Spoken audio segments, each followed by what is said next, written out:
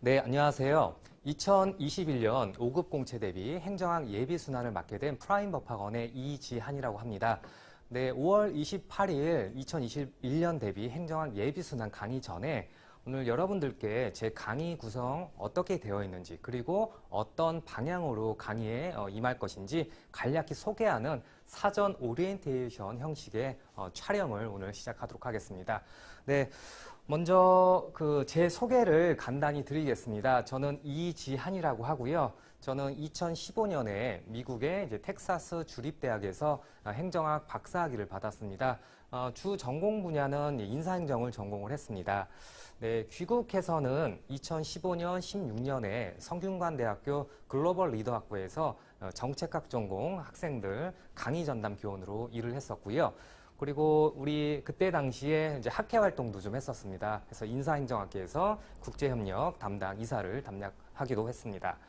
자, 그리고 뭐 대외 활동으로는 여러분들 이제 시험 주관하는 부처가 인사혁신처잖아요. 그 인사혁신처 산하 이제 국가공무원 인재개발원, 옛날에 중앙공무원교육원이라고 했었습니다. 요 이제 기관에서 연구과제를 이제 수행하기도 했습니다.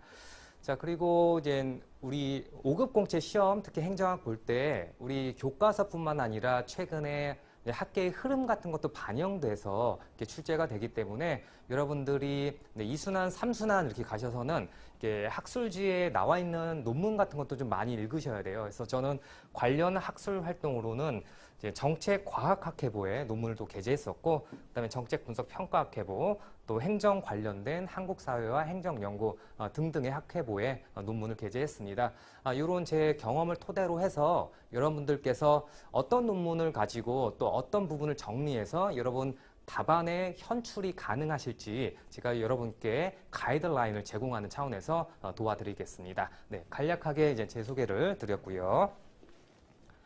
네, 오늘 30분 조금 넘게 제가 이제 촬영 예정이 되어 있는데 오늘은 크게 이제 세 파트에 대해서 여러분들께 설명을 드리려고 합니다. 먼저는 이제 예비순환 이제 주교재 어떤 교재를 사용할 것인지 그리고 그 교재를 요약을 했습니다. 일종의 학회보 내용도 조금 들어가 있고 기사, 언론 어떤 사항에 나왔던 사항들을 이제 스크랩 담은 것도 있거든요. 그런 것들 이제 강의안에 대해서 소개를 드리고요. 다음 제 예비순환이 총 20회차로 구성이 되어 있는데 각각에 대해서 회차별 어떤 내용들을 다룰 것인지 간략히 소개를 하도록 하겠습니다. 네. 자, 그리고 이제 방향에 대해서도 설명을 하고요. 그다음에 이제 20회차 강의안 중에서 슬라이드를 여러분들께 이제 미리 좀 보여드리려고 해요. 여러분들께는 이제 강의안을 제공해 드릴 거고, 그다음에 저는 이렇게 전자칠판을 활용해서 이렇게 강의를 할 건데 간략하게 이제 샘플 슬라이드를 보여드리려고 합니다. 네, 이런 목차, 이런 구성으로 오늘 촬영을 하도록 하겠습니다. 네, 먼저 예비순환 어떤 교재를 쓸지 이제 설명을 드릴게요. 네, 예비순환은 여러분들 요거 이제 유인봉 교수님 교재로 할 건데요. 이제 2019년에 6판으로 나왔습니다. 이제 박영사에서 나왔고요. 그다음에 대략 700페이지 분량의 이제 단행본 교재입니다. 그래서 제가 대학에 있을 때도 요 교재로 행정학 강의를 했었고요. 아마 수험가에서도 이제 이 책을 사용하는 분들도 좀 많으세요. 그리고 그 유인봉 교수님께서도 좀 오래 전이시긴 하지만 우리 이제 5급 공채 행정고시를 이제 합격하신 경험이 있으셔서 대학 교재뿐만 아니라 수험에 좀 도움이 되게끔 그런 식으로 편제를 한 교재라고 봐주시면 되겠습니다. 그러니까 여러분들께서 뭐 반드시 이 책을 구매하라 이런 뜻은 아니지만 우리 수험 생활 동안에 이 교재를 이제 하나의 사전처럼 모르는 개념이 나왔을 때 찾아볼 수 있게끔 그렇게 활용도 가능한 교재라고 봐주시면 되겠습니다.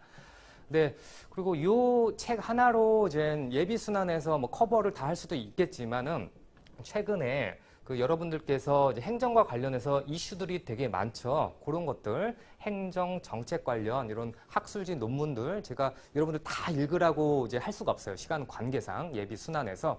그래서 제가 강의 안에 요약한 거를 좀 담았습니다. 그런 것들 반영을 했습니다. 그래서 회차별로 여러분들께 이제 강의안을 제공해 드릴 겁니다. 그리고 제가 이제 평소에 틈틈이 시험과 관련해서 출제가 가능한 이런 사례들 스크랩을 해놨어요. 그래서 이런 것들은 이제 강의 안에 좀 다 담았거든요. 이런 것들 여러분들께 소개를 하겠습니다. 자, 그래서 이제 유민봉 교수님 이제 교재에서 제가 한 70%를 요약한 거라고 봐주시면 되겠고요. 그 다음에 여러 가지 학술지 논문들을 약 25%가량 이렇게 강의 안에 담았습니다. 그리고 대략 5에서 10%가량을 이렇게 기사 같은 거를 이제 반영해서 여러분들께서 이제 나중에 조금 뭐 2순환, 3순환 가시면은 답안을 쓰셔야 되는데 개념뿐만 아니라 또 이론을 뒷받침하는 여러 사례들을 많이 활용을 하셔야 되거든요. 그런 것들 이제 익숙하게 접하실 수 있도록 제가 가이드라인을 제공해 드리겠습니다. 네. 자, 그래서 우리 20회차 강의 중에서 그 A4 용지 이렇게 이제 되어 있는 A4 용지 이렇게 강의안을 매 회차 제공을 해 드릴 겁니다. 그래서 평균 뭐 15페이지 정도 되는 분량인데요. 네, 이런 강의안을 제공해 드릴 거고요.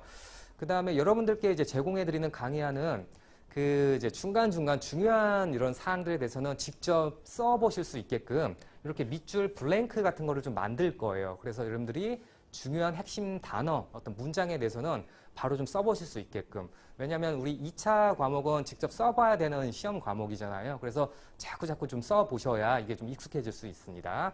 네, 그렇게 제공해서 이제 드릴 거고요. 자, 그래서 제 강의안은 20회차 분량이 270페이지로 이렇게 압축을 했습니다. 그리고 개조식으로 여러분들께서 바로바로 이제 습득이 좀 빨리빨리 될 수 있도록 개조식으로 압축을 했고요. 그 내용은 뒤에 이제 강의 구성에 대해서 설명드리겠지만 행정학 처음 접하시는 분들께서도 행정학이 어떤 과목이다, 또 5급 공채에 있어서 어떤 점을 착안해서 주안점을 갖고 접근해야 된다라는 차원에서 총론 부분에 해당하는 거 설명을 드릴 거고요. 자, 그 다음에 우리 행정학에 있어서 우리 3대 분야라고 하면은 조직, 인사, 재무 이렇게 나눠지고요. 4대 분야까지 합치면은 정책까지 포괄을 합니다. 이런 분야를 소위 강론 분야라고 하는데요. 저는 예비 순환에서도 여러분들이 어렵지 않을 정도까지는 이 강론까지도 여러분들께 소개를 하려고 합니다. 그래서 개념과 사례를 포괄하는 이런 사항들을 예비 순환에서 이제 선보이려고 합니다. 네. 자, 그리고 우리 5급 공채 또 입법고시 이제 10년간 어떤 문제들이 나왔는지 강의안 곳곳에 조금 이렇게 배워 나오게끔 제가 편제를 했어요. 그래서 여러분들께서 뭐 20일간 긴 시간 동안에 수업을 듣는데 어떤 부분을 조금 더 공략해야 되고 어떤 부분 조금 더 편안하게 들을 수 있다. 이런 점을 좀 선별해서 여러분들께 강의 설명을 드리려고 합니다. 그래서 이런 것들도 여러분들 참고하셔서 나중에 본격적으로 예비순환 마치고 답안을 쓰는 이런 과정에서 바로바로 응용이 좀 되실 수 있도록 이렇게 좀 도움을 드리겠습니다. 네. 네, 지금까지 이제 주교재와 강의안에 대해서 제가 설명을 드렸습니다. 네, 그 다음에 예비순환에서 어떻게 강의가 구성되었고, 그 다음에 어떤 방향으로 이끌고 나갈 것인지 설명을 드릴 건데요. 네. 네, 총 20회차 강의 중에서, 먼저 5월 28일 날 이제 개강을 하게 되는데, 이제 1, 2회차라고 제가 했어요. 요게 이제 행정학이 어떤 학문이고 어떻게 발달해 왔는지, 그리고 이 행정과 관련해서 최근에 뭐 작은 정부 논의도 있었고 여러 가지 어떤 시민도 좀 참여하고 이런 과정에 있어서 행정학 이제 고유의 본래적 성격이 많이 좀 퇴색되는 측면에 있어서 정체성 논란도 상당히 좀 많았었거든요. 이런 것들도 여러분들께 이제 기초를 닦는다는 차원에서 설명을 드리려고 합니다. 1, 2회차 관련해서는 시험에 직접적으로 묻는 그런 사항들은 아니에요. 다만 이런 것들을 반드시 숙지하셔야 뒤에 나오는 여러 가지 강론 분야와 연계해서 여러분들께서 입체적인 답안을 표출해 내실 수 있거든요. 이런 것들 여러분들께 하나의 스토리 형식으로 설명을 드려보도록 하겠습니다. 네. 자, 그 다음에 3회차부터는 좀 중요한 내용이 좀 많이 나오는데요. 여러분들 이제 공공성 이런 거 많이 좀 들어보셨을 거예요. 그리고 최근에 코로나19로 인해서 이제 공공성에 대한 논의가 더 이제 활발해지고 있습니다. 우리 예를 들면 이제 코로나19 관련해서 공공의료병원 같은 게 좀 부족하다, 이걸 더 늘려야 된다, 이런 논의도 좀 있거든요. 그래서 공공성은 언제든지 출제가 또 가능하고 이미 출제가 된 바가 있습니다. 이런 사항들 설명을 드릴 거고요. 사례를 곁들여서 설명을 좀 드리겠습니다. 자, 그리고 요거와 관련해서는 행정 이념이라고 있어요. 크게 이제 5가지 사항들, 예를 들자면 능률성, 효과성, 그 다음에 형평성, 민주성, 대응성, 이렇게 합법성 이렇게 나눠질 수 있는데요. 이런 사항들 여러분들 공공성과 접목해서 설명을 드려보도록 하겠습니다. 네. 자, 그 다음에 이제 4회차에서는요, 행정학의 주요 접근 방법입니다. 유민봉 교수님 교재에 따르면은 체제론적 접근 방법, 이제 시스템과 관련된 사항, 그리고 행태주의적 접근 방법, 일종의 이제 행동에 초점을 맞추는 접근 방법입니다. 이 접근 방법은 다름 아닌 어떠한 현상을 바라보는 렌즈라고 보시면 되겠습니다. 우리가 그 어떤 세상을 볼 때 노란색 렌즈를 끼면 세상이 노랗게 보이고 파란색 렌즈를 끼면 세상이 파랗게 보이는 것처럼 어떤 행정 현상을 연구할 때 어떤 접근을 취하느냐에 따라서 이렇게 시사하는 바와 여러 가지 어떤 한계 처방 같은 것도 달라질 수가 있겠죠. 자, 그리고 마지막 이제 행정학 주요 접근 방법 중에서 이제 제도주의적 관점이 있습니다. 크게 이제 세 가지 문파가 있는데 합리적 선택 신제도주의, 역사적 제도주의, 또 사회학적 신제도주의 있습니다. 우리 5급 공채와 그다음에 입법고시에서 출제가 직간접적으로 많이 됐기 때문에 이런 사항들 조금 어려운 내용이지만 쉽게 여러분들이 이해할 수 있게끔, 그리고 어떠한 사항들, 어떠한 개념들을 반드시 숙지하셔야 되는지 초점을 두어서 설명을 드리겠습니다. 네. 자, 그다음에 5, 6회차인데요. 이 부분은 이제 정부관이라는 이제 타이틀이 있는데, 이제 행정의 이제 본래적 성격 기능이 여러 가지 정부의 위기, 그 다음에 여러 가지 환경적 맥락에 따라서 변화하게 되겠죠. 그래서 정부의 적극적 역할 대신에 시장의 역할도 강조를 하고 또 시민사회의 역할도 강조하는 이런 추세라고 볼 수가 있겠죠. 자, 여기에 관련해서는 이제 NPM이라고 해서 여러분들 이제 행정학 여러분들 5급 공채 공부하시다 보면은 이 NPM이라는 거를 빼놓고 New Public Management 신공공관리라고 하거든요.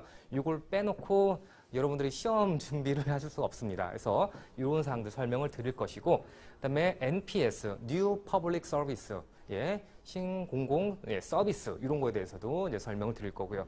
이제 포스트 NPM 우리 NPM에 대해서 여러 가지 한계에 대해서 비판을 해서 나온 게 후기 신공공관리의 포스트 NPM이라고 하거든요. 이런 사항들 다뤄보려고 합니다. 자, 그리고 이제 거버먼트 정부 대신 거버넌스라고 하거든요. 거버넌스를 우리나라 말로 표현을 하자면 뭐 이제 국정관리라고 표현하시는 분도 계시는데요. 이제 다차원적 개념을 갖고 있어요. 근데 최근에 이 거버넌스와 관련해서 출제가 또 많이 되고 있기 때문에 이런 사항들 여러분께 하나하나 설명을 드리겠습니다. 자, 예비순환 20회차 이제 분량 중에서 여러분들께서 이 5, 6회차만 정말 열심히 하셔도 제 생각에는 30-40%까지는 커버가 된다라고 저는 여러분 시험 보실 때 그렇게 생각을 합니다. 그래서 많은 내용 중에 반드시 5, 6회차는 조금 더 정성 여러분 관심을 기울이셔서 준비를 해주시면 좋겠습니다. 저도 이 부분에 대해서 최선을 다해서 더 설명을 드리겠습니다. 네. 자, 그 다음 슬라이드 보겠습니다. 네. 이제 7회차는 6월 4일인데요. 7회차 들어가기 전에 여러분들께서 이제 1회차부터 6회차까지 공부하신 거를 얼마나 이제 여러분들이 이제 수용했는지를 제가 한번 중간 점검해 볼 필요가 있잖아요. 그래서 여러분이 부담 느끼지 않을 정도로 간략하게 이제 뭐 이렇게 약수령 퀴즈라고 봐주시면 됩니다. 그래서 여러분들이 또 이걸 부담스러워해서 이걸 또 이렇게 안 적거나 이러면 안 되잖아요. 그래서 수업 전 내지는 이제 강의 어떤 흐름을 봐서 수업 시간 일부를 활용해서라도 간단하게 여러분 이렇게 써볼 수 있는 그런 퀴즈를 보려고 합니다. 부담 느끼지 않을 정도로 퀴즈를 보려고 하고요. 자, 그 다음에 이제 7회차 같은 경우는 이제 행정 환경 또 이와 관련해서 이제 공공 갈등인데요. 공공 갈등도 많이 이제 출제가 되고 있고요. 최근에 행정 환경과 관련해서는 여러분들 뉴스 이런 거 보면 최근 코로나19로 인해서 뉴 노멀이라는 이런 말 들어보셨을 거예요. 뉴 새로운 노멀 정상. 옛날에 이제 경험해 보지 못했던 것들이 이렇게 뭔가 이제 당연한 것처럼 이렇게 되는 현상을 말하거든요. 이런 뉴 노멀과 관련해서 이제 행정 환경이 이제 변화하고 있고 이런 거 관련해서 행정 내부 체제도 이제 변화를 해야 되고 이런 사항들에 대해서 강의를 하도록 하겠습니다. 자, 그다음 8회차 같은 경우는요. 여기서부터 본격적으로 이제 강론 파트에 들어가는 거라고 봐주시면 되겠습니다. 이제 행정 문화라고 이렇게 되어 있는데 유민봉 교수님 교재 같은 경우는 이 관료제라는 이제 세부 주제가 이 행정 문화에 들어가 있거든요. 그래서 행정 문화 매우 중요하고요. 그다음에 관료제와 관련해서 민주주의와 어떤 관계가 있느냐, 그리고 또 우리 영혼 없는 공무원 이런 것도 이제 여러분들 많이 나중에 접하게 될 거거든요. 처음 이제 공부하시는 분들은 이런 사항들에 대해서도 설명을 드려보겠습니다. 딱딱한 이론이 아니라 이론과 또 관련된 사례를 또 접목해서 여러분들께서 좀 기억이 오래 남을 수 있도록 그렇게 설명을 드리겠습니다. 네. 자, 그다음에 9에서 10회차는 이제 정책과 관련된 부분인데요. 먼저 정책을 만드는 걸 정책 결정이라고 하는데 최근에는 이제 규제 정책과 관련해서 출제가 좀 많이 되고 있어요. 여러분들 신문이라든지 뉴스라든지 이런 걸 보면서 규제 샌드박스 이런 거 얘기 좀 들어보셨을 거예요. 그리고 규제를 완화한다 이런 얘기도 좀 들어보셨을 겁니다. 관련해서 우리 5급 공채 2차 행정학과 관련된 사항들 이제 개념과 사례를 접목해서 설명을 드리려고 합니다. 네, 그 다음 보겠습니다. 네, 마찬가지로 11회차 시작 전에 여러분들께 이제 퀴즈 제공해 드릴 거고요. 그 다음에 이제 정책을 만들어진 다음에 이 정책 집행이 뭐냐면요. 실제로 만들어진 정책을 실행하는 거를 집행이라고 합니다. 근데 우리 5급 공채 행정학에서는 이 정책 수단 요거를 좀 더 면밀하게 여러분들이 준비를 해서 가셔야 됩니다. 시험장에. 최근에 여러분들 이제 정부에서 재난지원금 같은 거 제공을 하잖아요. 그렇죠? 그리고 어떤 소비 쿠폰 같은 걸 제공한다고 하잖아요. 일종의 바우처처럼요. 그러니까 어떤 정책의 목표를 달성하기 위해서 이제 제공되는 이제 수단인데 이런 것들 하나하나 제가 또 스크랩했던 신문 기사 같은 것도 소개를 하면서 관련된 개념과 이론은 어떤 게 있는지도 접목해서 하나하나 설명을 드려보겠습니다. 자, 여기까지가 이제 정책과 관련된 세부 강론이었다면 우리 12회차부터는 조직이죠. 조직의 뼈대를 구성하는 이제 구조 관련해서 설명을 드릴 거고요. 자, 그 다음에 이제 조직 관리죠. 예, 조직 어떤 그 내부 안에서 어떻게 활동이 일어나는지를 다뤄보는 거겠죠. 네. 자, 그 다음에 이제 리더십 이론인데요. 많이 좀 빈출이 되고 있습니다. 특히나 변혁적 리더십과 서번트 리더십을 비교하라는 거. 특히 최근에는 여러분들 협력적 리더십에 대한 논의도 좀 많이 있기 때문에 이런 거 준비하셔야 되고요. 또 윤리적 리더십 얘기도 많이 나옵니다. 특히나 최근에 학계의 흐름이 공공 분야에 어떤 적합하고 독특한 리더십을 우리가 좀 만들어야 된다. 이런 것도 출제 가능성이 매우 높습니다. 그래서 리더십 관련해서도 개념적 사항들 또 이제 사례를 곁들여서 최대한 쉽게 여러분들 설명을 드려보겠습니다. 네.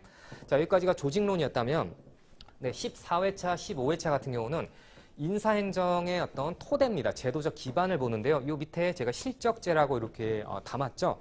여러분들이 지금 이제 5급 공채에 이제 시험을 봐서 공무원이 되려고 하는 것 자체가 우리 인사행정에서 얘기하는 실적제의 이제 테두리 안에서 일어나는 겁니다. 그러니까 실적제의 핵심은 능력, 자격, 성적을 기준으로 해서 어떤 유능한 인재를 선발하는 걸 실적제라고 하거든요. 이런 거 다뤄볼 거고요. 또 여기 슬라이드에 표기는 안 했지만 직업공무원 제도에 대해서도 좀 다룰 겁니다. 여러분들이 지금 5급 공채 시험을 통해서 3차 면접까지 합격을 한 이후에 직업관료가 되는 거거든요. 이제 직업공무원제와 관련해서도 출제가 좀 많이 됐기 때문에 여러분들께 설명을 좀 드려보겠습니다. 네. 자, 그 다음 슬라이드 보겠습니다. 마찬가지로 이렇게 퀴즈를 볼 거고요. 인적 자원 관리 활동은 뭐냐면요. 앞서 여러 가지 이제 실적제하 또 직업공무원제 하에서 여러분들이 이제 선발이 됐다면 그 안에서 여러분들이 어떤 개인적인 성과 또 조직의 성과 나아가서는 국민에 대한 행정 서비스를 제대로 제공하기 위해서 하는 이제 매니지 이제 관리 활동이라고 할 수가 있거든요. 여러 가지 것들이 있죠. 요 안에는 교육훈련 제도도 있고 인사이동도 있고 하지만 우리 5급 공채 행정학 2차 시험과 직접적으로 관련이 있는 거는 이제 보수, 여러분들 이제 공무원 되시면 매달 받는 월급, 수당 같은 게 있거든요. 이런 것들과 관련해서 논의가 있습니다. 이 보수 등급제는 뭐냐면요. 여태까지는 우리나라가 이제 공무원이 되면은 그 연공 서열에 따라서 한 해 한 해 이제 뭔가 연차가 쌓일수록 호봉제에 따라서 월급을 줬다면, 보수를 줬다면 또 하는 일의 책임도라든지 어떤 어려운 정도, 난이도에 따라서 이제 보수를 지급하자라는 보수 등급제에 대한 논의도 많이 있습니다. 최근에 또 학계 흐름, 또 관련된 논문도 많이 나와 있기 때문에 우리 기본 교재와 더불어서 이런 사항들도 제가 강의 안에 요약을 담았습니다. 이런 거 설명을 드릴 예정입니다. 네. 자, 그 다음에 여기까지가 인사 파트였다면 17회, 18회차는요, 예산 과정론이죠. 그 다음에 예산 제도론 이렇게 좀 되어 있습니다. 자, 예산 과정은 이제 예산을 먼저 짜는 거예요. 편성하고요. 그 다음에 그 편성된 예산에 대해서 국회가 이제 심의를 하고요. 심의된 예산에 대해서 또 행정부가 집행을 하고, 그 다음에 이제 국회와 감사원에 의해서 그 돈이 예산이 제대로 쓰여졌는가를 한번 평가하게 되는 이제 예산 결산 파트가 있거든요. 이런 과정인데요. 특히나 요즘 이슈가 되는 게요. 여러분들 이제 뭐 재난지원금이라든지 여러 가지 코로나19로 인해서 많은 지원을 해주잖아요, 정부에서요. 그래서 벌써 추가 경정 예산이 이제 3번, 3차 추가 경정 예산을 뭐 편성한다, 이런 논의가 있거든요. 이런 사항들도 여러분이 좀 익숙하게끔 강의를 통해서 설명드리겠습니다. 자, 그 다음에 예산 제도론인데요. 그 뭐 품목에 따라서 예산을 쓰고 이렇게 한다라는 어떤 품목별 예산 제도가 있고요. 그 다음에 성과에 대해서 일부 여러 가지 재량을 부여하지만 성과 결과에 대해서 책임을 지게끔 한다라는 이런 성과주의 예산 제도 출제도 좀 많이 됐었습니다. 이런 사항들에 대해서 여러분께 설명을 드릴 거고요. 그다음 관련된 사항들로서 이제 주요 재정 제도가 있는데 우리 어떤 정부에서 본 사업을 하기 전에 그 사업이 타당한가라는 이제 타당성 평가를 하거든요. 또 예비 타당성 평가. 우리 보면 예타라는 얘기 좀 들어보셨을 거예요. 그런 사항들도 여기에 좀 담아볼 거고요. 자, 그 다음에 이제 19회차는요. 여태까지 쭉 배웠던 거를 일종의 다시 한번 포괄하는 성과관리 평가 차원에서 여러분들께 설명을 좀 드리려고 합니다. 네, 성과관리가 매우 중요하죠. 측정할 수 없다면 관리되어질 수 없다라는 그런 유명한 명제가 있습니다. 그래서 이런 성과 관리에 대한 논의가 앞에 5, 6회차 강의 안에서 다루게 될 신공공관리 이런 거하고도 관련이 있거든요. 이런 거 설명을 드릴 예정입니다. 자, 그리고 요 이제 전자정부 같은 경우는 예비순환에서만 간단히만 이렇게 설명을 드릴 건데요. 여러분들께서 아마 그 2차 선택 과목으로서 정보체계론 선택하는 이제 분들께서는 이 전자정보 이런 거는 좀 더 그때 가서 디테일하게 배우실 거예요. 근데 저는 이 전자정보 관련해서 예를 들면 그 행정학 총론과 관련된 부분과 관련된 사항들만 제가 강의안을 보니까 이거는 A4로 한 4페이지 정도로만 제가 정리를 했어요. 이 간략한 수험에 직접적으로 관련 있는 사항들만 제가 설명을 드릴 예정입니다. 네. 자, 여기까지가 이제 19회차 강의였고요. 이제 마지막 20회차 강의는 행정 책임인데요. 예, 출제도 좀 많이 됐던 파트입니다. 이 이전에 마지막으로 여러분들께 이제 퀴즈를 볼 예정입니다. 예, 퀴즈 본 거에 대해서는 이제 강의가 끝나도 여러분들께 뭐 개별적 피드백을 드릴 거니까 걱정하지 마시고요. 네, 이렇게 20회차 구성을 했습니다. 자, 지금까지 예비순환 어떻게 구성이 되는지 회차별로 간단하게 목차를 살펴봤고요. 자, 그 다음에 예비순환 여러분 처음 행정학을 이제 여러분 필세 끝나고 이제 2차 준비하는데 행정학을 어떻게 공부할 것이냐 이제 막막한 이제 분들에 대해서 저는 제가 이제 행정학을 전공했지만 행정학 이제 비전공자 분들께서도 이제 강의를 들을 수 있게끔 이렇게 쉽게 좀 설명을 하겠습니다. 그리고 제가 또 대학에서 이제 강의 교원으로 있을 때도 뭐 요즘에 5급 공채를 행정학 전공한 친구들만 시험을 보는 게 아니잖아요. 그래서 다양한 그런 또 경험을 살려서 여러분들께 또 친숙하게 설명을 드리겠습니다. 예. 수험생 입장에서 최대한 강의에 임하도록 하겠습니다. 이제 저만 혼자 강의하는 게 아니라 여러분들께서 제대로 이거를 좀 따라오고 있는지 또 중간중간 점검도 하고 이렇게 좀 하겠습니다. 네. 자, 그 다음에 예비순환이기 때문에 저는 그렇습니다. 그 예비순환에서는 좀 저인망식으로 우리가 행정학 전반의 용어에 익숙해질 필요가 있습니다. 그러니까 예비순환에서 여러분들이 실제 뭐 시험장에 가서 답안을 막 쓸 수 있을 정도로 이렇게 뭘 하는 건 아니에요. 그래서 행정학이 어떻다라는 거, 이렇게 흐름을 살펴보고 뼈대를 잡고, 그 다음에 여러분들이 반드시 캐치하고 숙지해야 될 이런 사항들을 이제 제공하는 게 예비순환이겠죠. 그래서 용어에 익숙해질 수 있도록 강의를 하겠고요. 또 이것뿐만 아니라 그래도 답안에 나중에 여러분들이 좀 쓸 때 활용이 가능한 그런 거 토대를 또 만드는 게 예비순환의 목적이라고 볼 수 있겠습니다. 네. 자, 그 다음에 개념과 이론은 뭐 중요하죠. 우리 행정학 시험 준비할 때. 근데 이거를 뒷받침할 수 있는 사례 같은 것들도 여러분들께 좀 소개를 하고요. 그 다음에 여러분들께서 이 사례를 또 어떻게 준비하고 또 스스로 어떻게 차곡차곡 이걸 쌓아 나가야 되는지에 대해서도 설명을 드려보도록 하겠습니다. 네. 자, 지금까지 이제 예비순환 관련해서 강의안 구성이 어떻게 돼 있고 또 강의를 어떻게 할 건지에 대해서 설명을 드렸습니다. 자, 마지막으로 이제 제가 20회 분량의 행정학 예비순환을 할 건데요. 네, 마지막 이렇게 우리 행정 예비순환 이렇게 슬라이드를 예시로 좀 보여드리려고 하고요. 그 전에 이제 여러분들께 먼저 실제로 제공될 강의안을 좀 한번 보도록 하겠습니다. 네. 네, 이 슬라이드. 이거는 이제 중간에 이렇게 되어 있는데요. 앞서 이제 정책 집행과 관련해서 제가 이 정책 수단이 매우 좀 중요하다고 했거든요. 이렇게 제가 하나하나 정리를 좀 했고요. 네. 그 다음에 물론 이제 민간 위탁과 관련해서는요. 2018년에 입법고시 제1문 1항에 이렇게 출제된 바가 있고요. 그 다음에 2011년에 이제 5급 공채 행정학에 이렇게 제2문과 관련해서 출제가 된 바가 있습니다. 이런 사항들 하나하나 강약 조절을 하면서 또 선택과 집중을 통해서 여러분들께 강의 소개해 드리도록 하겠습니다. 네. 네, 예시로 좀 보여드렸고요. 다시 슬라이드로 가겠습니다. 네. 자, 20회차는 행정 책임과 관련된 사항들을 좀 담을 거예요. 우리 종강일이 이제 6월 19일인데요. 이때 이제 행정 책임과 관련해서 행정 책임을 구성하고 있는 게 어떠냐라는 거, 이게 보통 통제, 윤리 이렇게 구성이 좀 되고 있거든요.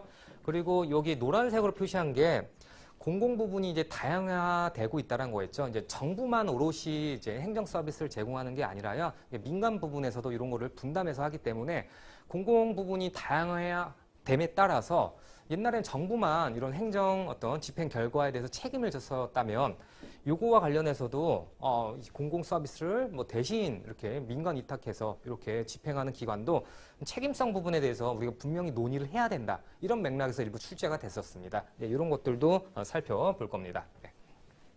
네, 20회차 강의안이 이런 식으로 구성이 되어 있다라는 정도 보겠습니다. 네.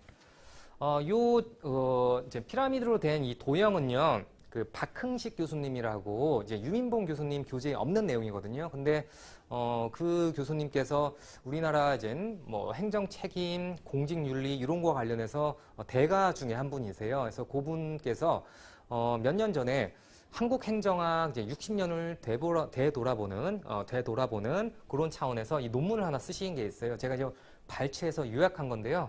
이제 행정 책임은 이렇게 행정 책임이 있다면 법에 이렇게 입각해서 이제 책임을 지는 거를 이제 행정 통제라고 하고요. 그다음에 우리 공직자의 양심과 이제 주관적 판단에 따라서 하는 걸 공직 윤리라고 하거든요. 이렇게 도형화해서 여러분들께 설명을 드릴 거고요.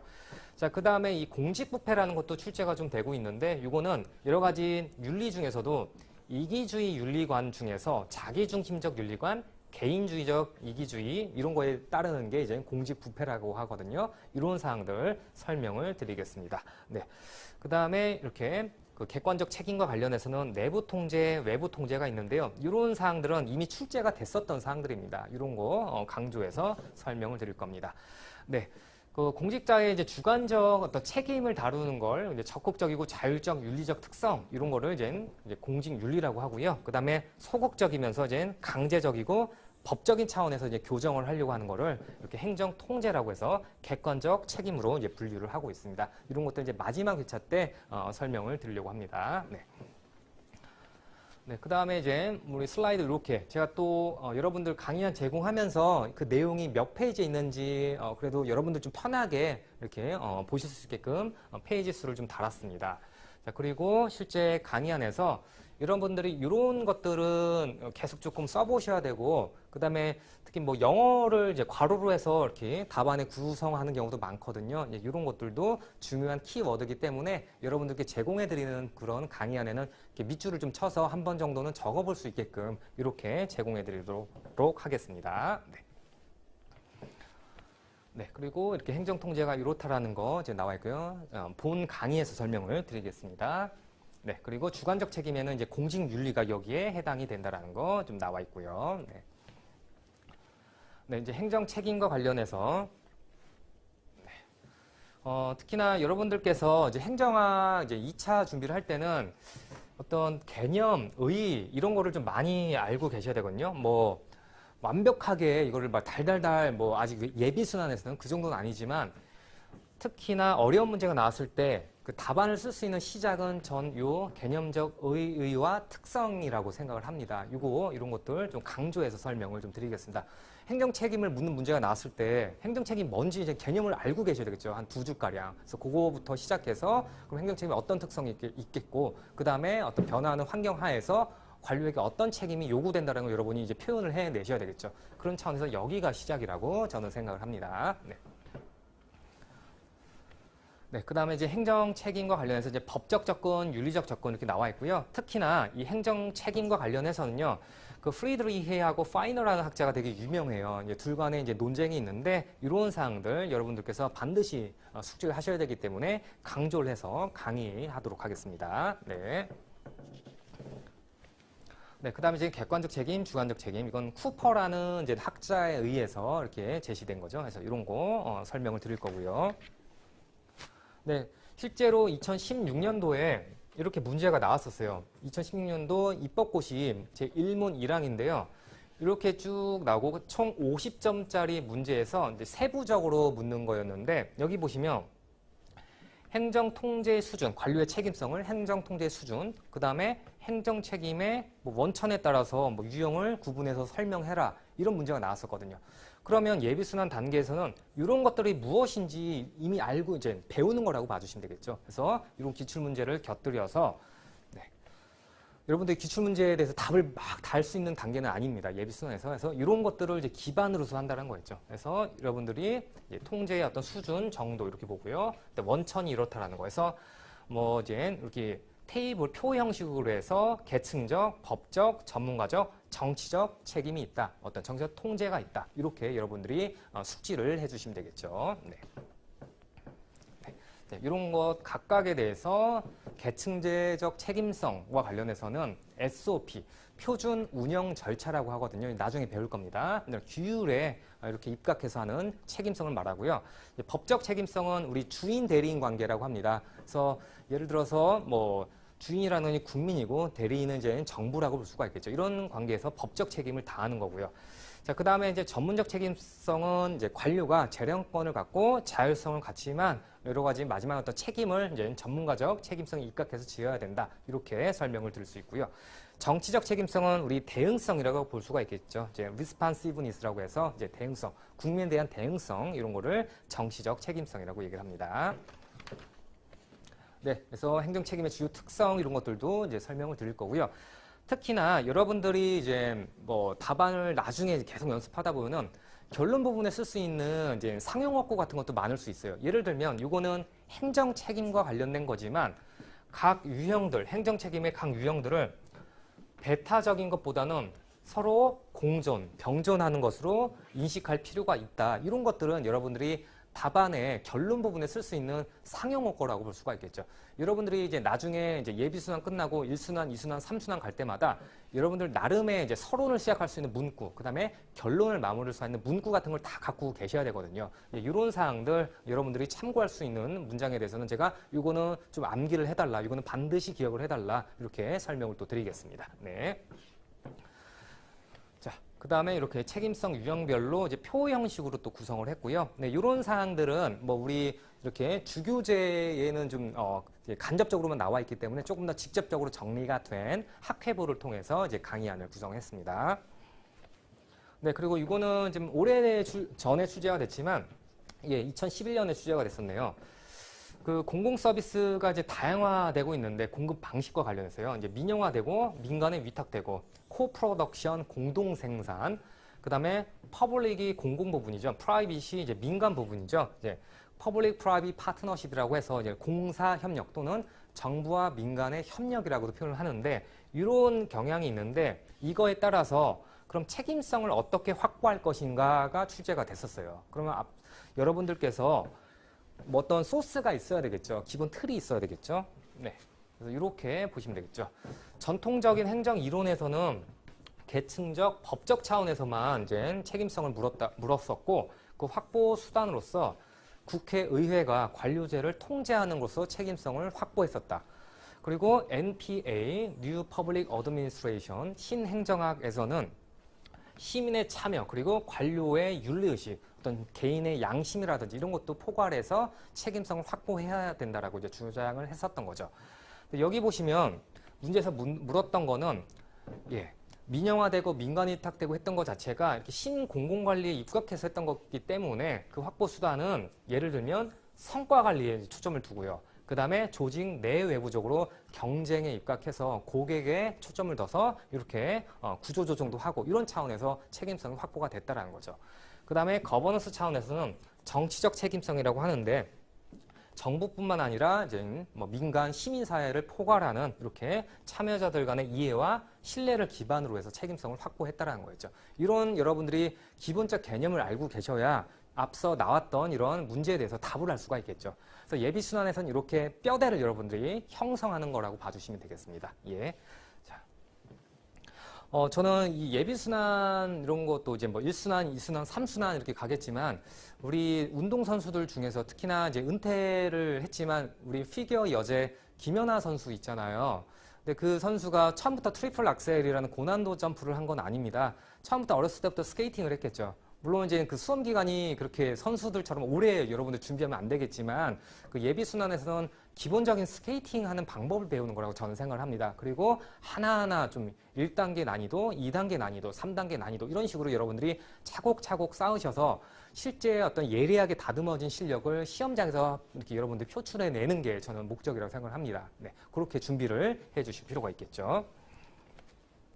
네, 여러분들 지금 30분 약간 넘게 예비순환 관련해서 제가 또 어떤 사람이고 예비순환 강의를 어떻게 구성했고 어떤 식으로 또 강의를 할 거다. 그리고 실제로 제공될 강의안과 샘플 강의 슬라이드를 여러분들께 설명을 드렸습니다. 네, 여러분들 뭐 실제 본 강의에서 못 뵙는 친구들도 분명히 있을 거예요. 여러분들 그렇지만 열심히 좀 준비하셔서 꼭 좋은 성과 거두시길 바라겠고요. 좋은 공직자로서 여러분 개인을 위해서 또 우리 국민을 위해서 우리 정부를 위해서 이바지해 주셨으면 좋겠습니다. 여러분들 건강하시고 건승하길 빌겠고요. 꼭 합격하시길 빌겠습니다. 예, 감사합니다. 마치겠습니다.